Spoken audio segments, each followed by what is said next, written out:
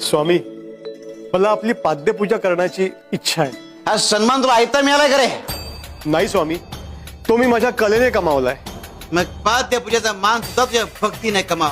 पण तशी संधी मला द्या स्वामी. मला तुमचं चरित्र लिहायची इच्छा आहे.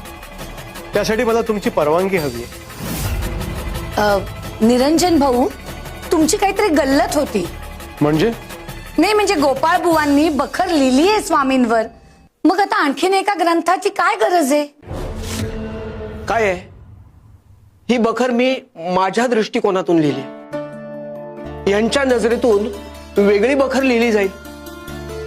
जे माझ्या नजरेतून सुटलंय ते कदाचित यांच्या नजरेला दिसेल आणि स्वामींचं नवीन रूप लोकांसमोर येईल.